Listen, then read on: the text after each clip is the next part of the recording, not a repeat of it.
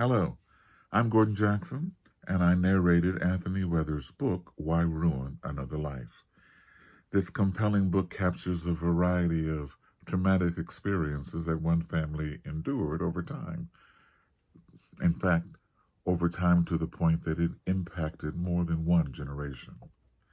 In a moment, I'm going to read an excerpt from the book, but I want to share in advance that this excerpt includes a high level of sexual violence, and it may be triggering. So I wanted you to know that in advance. Boyd is about to attack his stepdaughter in the worst of ways. His anger and brutality impact the people around him. As a result, they experience high levels of trauma, which can lead individuals to develop defense mechanisms as a way to cope and protect themselves from further harm.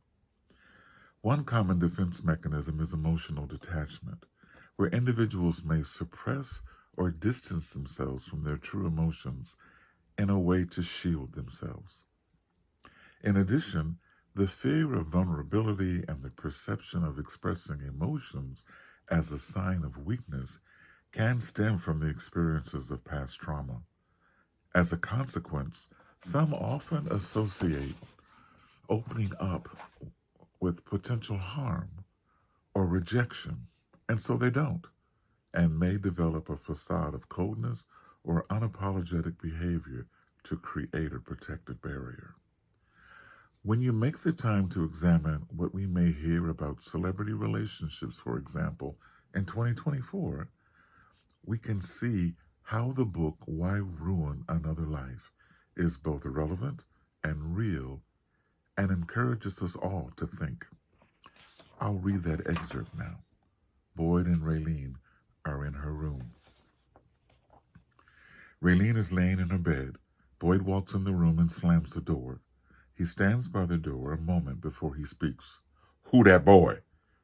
"Just a boy from school," Raylene says. Boyd walks to the foot of her bed, swooping down on her like a vulture ready to eat its prey.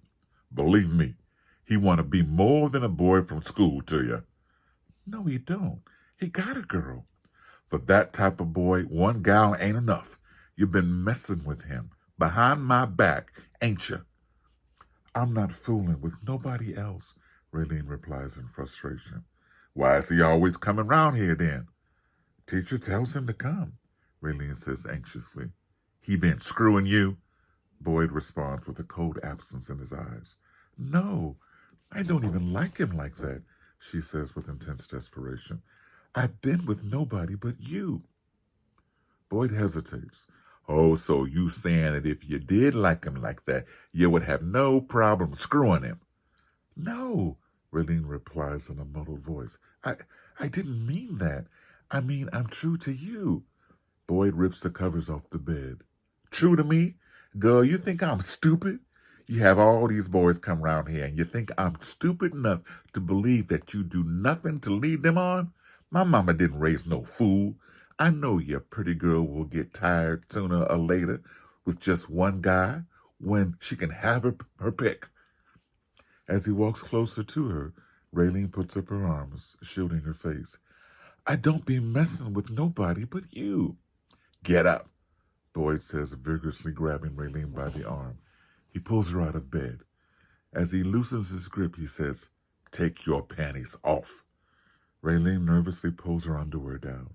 He pulls her towards him and stands behind her. "Let's see just how many boys been up in here." He takes his fingers and thrusts them in her vagina.